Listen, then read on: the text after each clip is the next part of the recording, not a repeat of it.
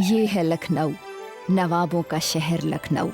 और इस शहर में रहती है एक मासूम सी अल्हड़ सी लड़की अनीसा।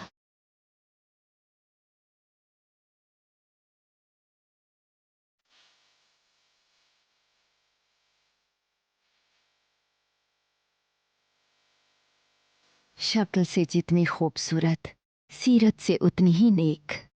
उसके चुलबुलेपन और शौखियों की तो बात ही क्या। बरसात की बूंदें छूते ही मोती बन जाती हैं। वो जिधर से भी गुजर जाए बस खुशियां ही बिखेर देती है। बहका बहका सा दिल और बेखुद हुआ, यूं पिघल कर मुझे बादलों ने छुआ। ख्वाहिशों की नई बारिशों में यही काश आ जाए वो जिंदगी की तरह।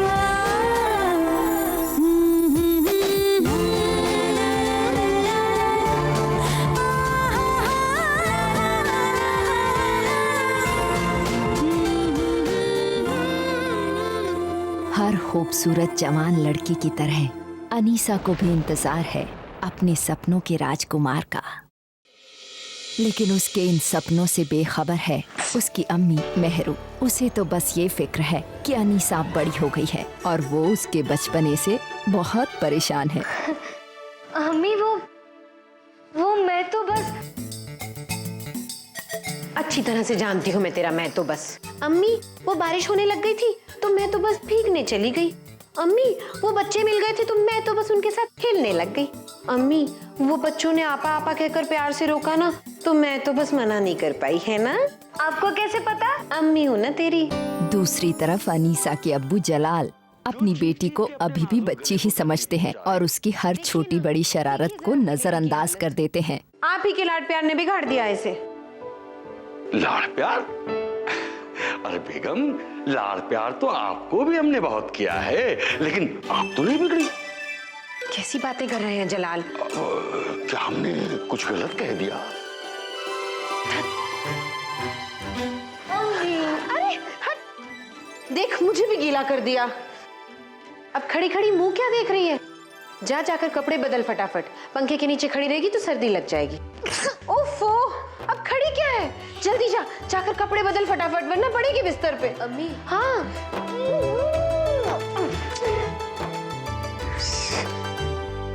अब आप कहाँ खो गए?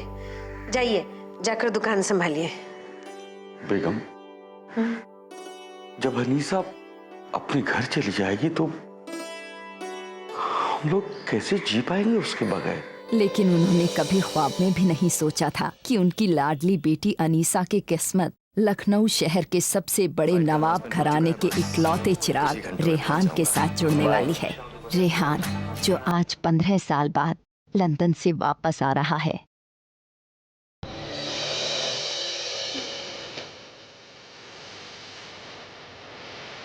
अल्लाह तेरी हिफाजत करे मेरे बच्चे।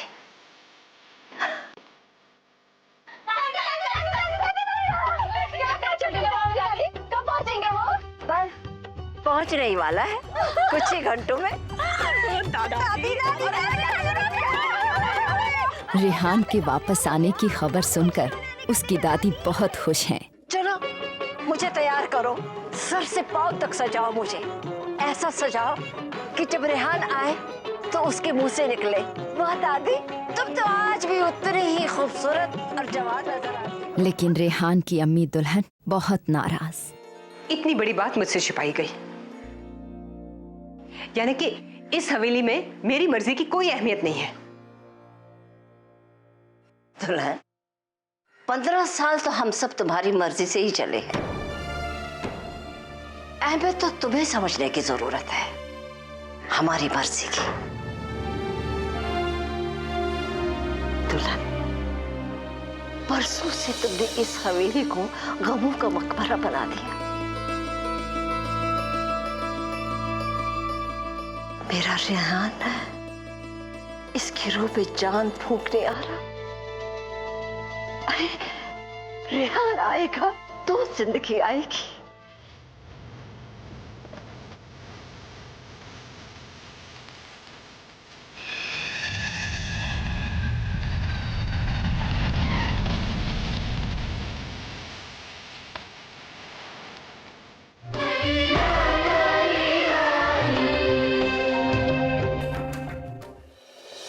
जहां एक तरफ अनीसा के छोटे से परिवार में खुशियां हैं, सुकून है,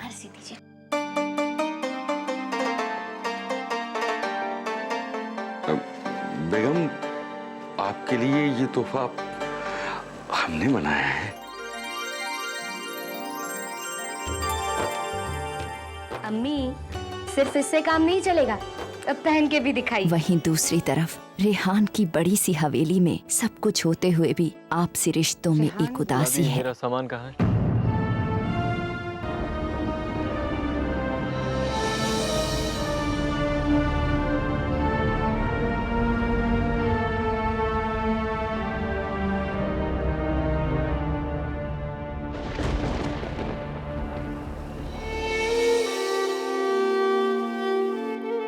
तुम्हारे बगैर ये घर बहुत सूना था बेटा। सिर्फ घर वाले नहीं। रेहान, मैं आपकी बात नहीं कर रहा दादी। मुझे पता है आपने मुझे उतना ही याद किया जितना कि मैंने आपको। बेटा, अगर तुम अपनी अम्मी के बारे में कह रहे हो, तुम्हारी याद में वो कितना तड़पी इसका तुम अंदाजा भी नहीं लगा सकते। वो तड़प कभी थी ही नहीं दादी। अगर तड़प होती तो 15 सालों तक मुझे अपने से दूर नहीं रखती।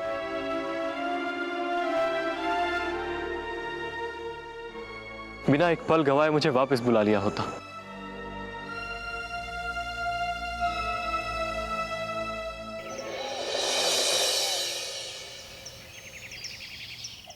जिनकी जिंदगी के रंग इतने अलग अलग हों, उनकी राहों को एक दूसरे के मिलने के बारे में कोई सोच भी नहीं सकता। मगर किस्मत का फैसला कुछ और था। वो दोनों मिले।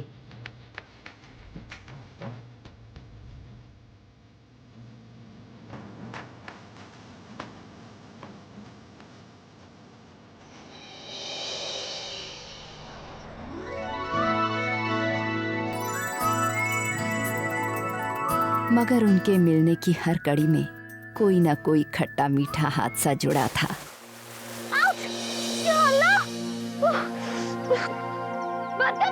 देखता नहीं क्या?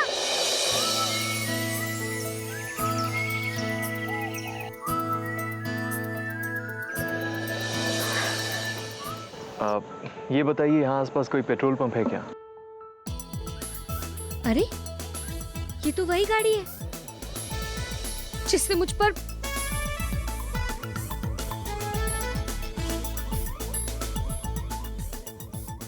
अच्छा, तो गाड़ी ये जनाब चला रहे थे। होती मजा चखाती।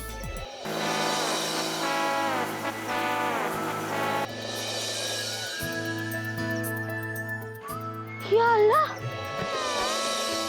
वैसे आप जानते हैं मैंने आपको पेट्रोल पंप का सही रास्ता क्यों नहीं बताया? क्योंकि मुझे लगता है कि आप जैसे बददिमाग लोग, जिन्हें सड़क पर चलते लोगों की बिल्कुल भी परवाह नहीं होती, उनको जिंदगी में पेट्रोल पंप कभी नहीं मिलना चाहिए। क्या जरूरत थी क्यों उस रईस सादे के पीछे पीछे जाकर ये देखने की कि उसकी गाड़ी फंसी है या नहीं? हाँ?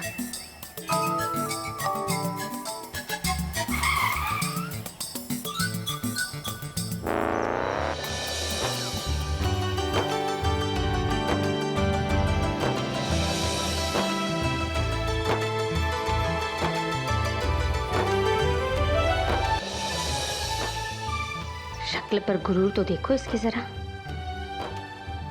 सोचता है लिफ्ट दे दी तो बड़ा एहसान कर दिया। वक्त ही खराब चल रहा है जो इससे लिफ्ट मांगनी पड़ी। लेकिन ये नौबत भी इसी की वजह से आई है। ये ऐसी अजीब अजीब शक्लें क्यों बनाती जा रही है? I hope she is fine. वैसे इतना भी बुरा नहीं है। इसे मिट्टी में फंसाने के बाद भी इसने मेरी मदद की। इससे तो साफ पता लगता है कि दिल का जरूर अच्छा है। उनकी शुरू की मुलाकातों का रंग बहुत ही कच्चा था। ऐसा लगता था ये सिलसिला कभी भी खत्म हो जाएगा, मगर ऐसा हुआ नहीं। सिलसिला तो अभी शुरू हुआ है। पूरा कैफे साफ करवाना है ना? अभी कर देती हूँ।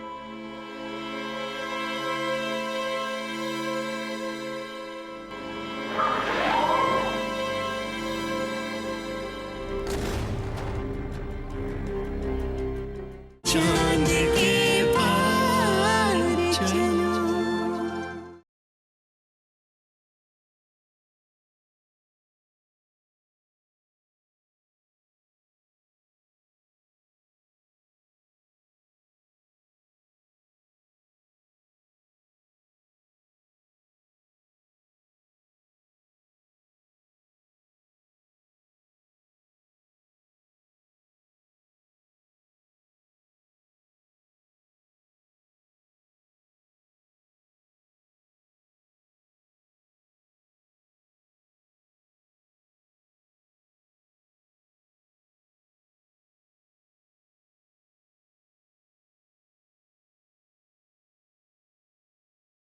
चांद के पार चलो।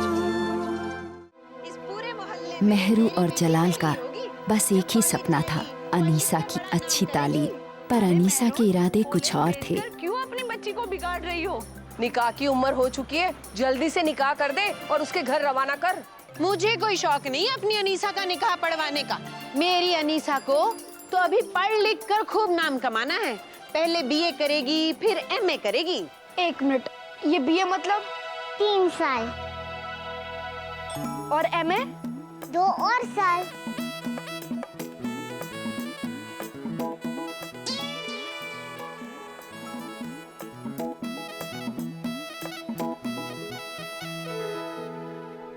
और एमए ही क्यों, मेरी अनीसा तो पीएचडी भी करेगी। एक मिनट, अब ये पीएचडी मतलब? बहुत सारे और साल।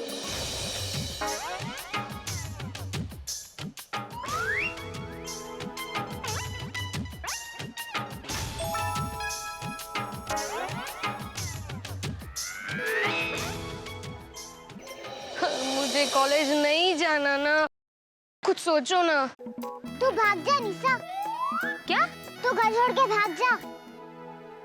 मैं ऐसा नहीं कर सकती ना इमली। अरे मम्मी और अब्बू बहुत परेशान हो जाएंगे। तो फिर तुम ऐसा दिखाओ कि तुम घर छोड़ के भाग जाने वाली हो। आइडिया तो ये बहुत अच्छा है। अम्मी अब्बू की जिद से बचने के लिए अनीसा ने क्या कुछ नहीं किया, यहाँ तक कि अम्मी, दूध पी ले। अम्मी मैं इस बैग में कपड़े इसलिए नहीं भर रही थी कि मैं घर से भागना चाहती हूँ।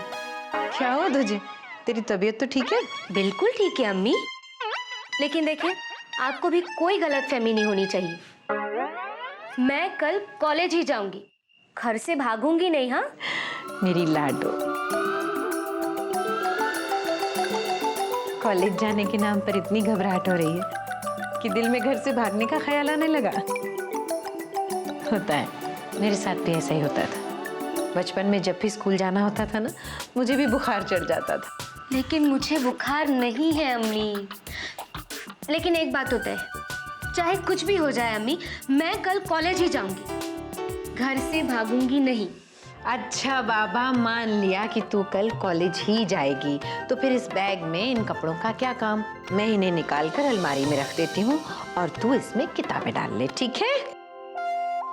पागल बच्ची है बिल्कुल।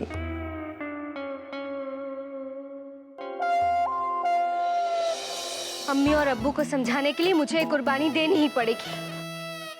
मुझे भागना ही पड़ेगा।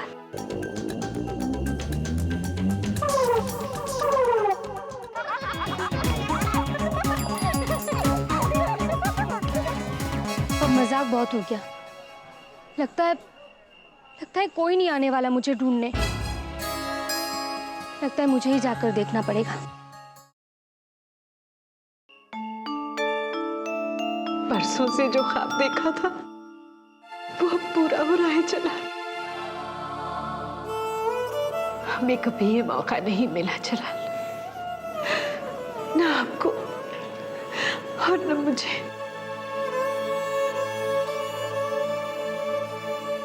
हमारी अनीसा कॉलेज जाएगी, खुदा ने चाहा तो कामयाब इंसान बनेगी। मैं कॉलेज जाऊंगी, ये मेरी अम्मी का सपना है, मैं उनकी ख्वाहिश जरूर पूरी करूंगी।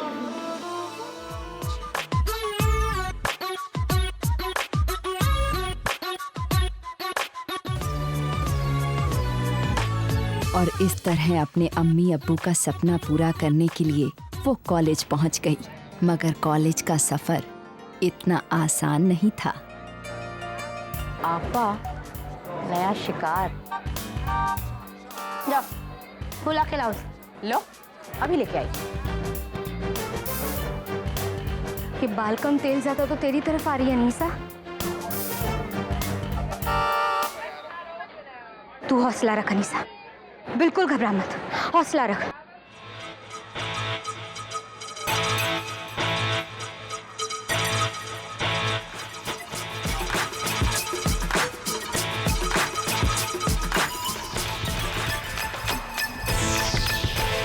आदाब। कहाँ चल दी? क्लासरूम। यहाँ हमारी इजाजत के बिना कोई भी फ्रेशर क्लासरूम में नहीं जाती। क्यों? क्योंकि सबसे पहले हमारी क्लास से होकर गुजरना पड़ता है। यू नो, कॉलेज में पढ़ाई करने से पहले द शाह सिस्टर्स की class. Shah sisters? Sasha, Ayesha और माशा। किस्मत ने एक और करवट ली और रेहान ने भी उसी कॉलेज में एडमिशन ले लिया।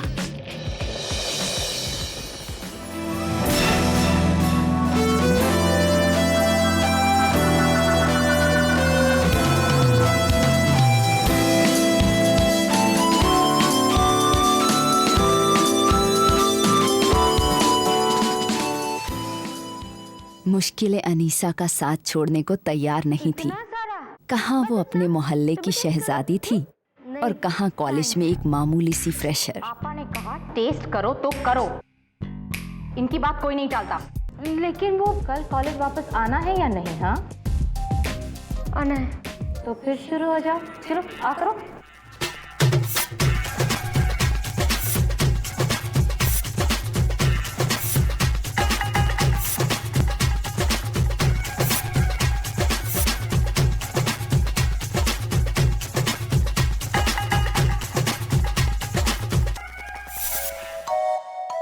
वाह, मजा आ गया।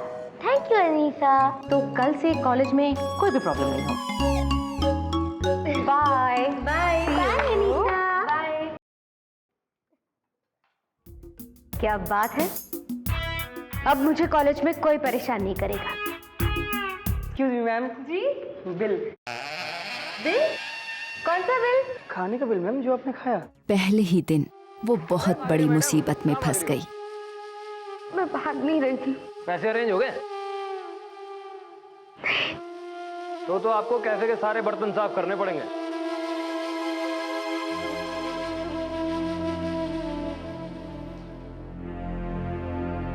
चलो देखते हैं मैडम जी का क्या हाल है।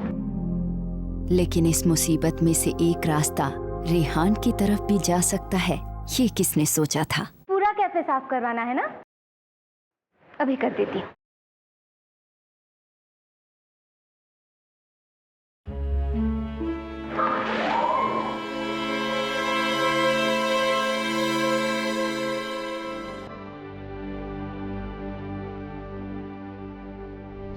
अनीसा रेहान की खट्टी मीठी मुलाकातों में ये एक नया मोड़ था।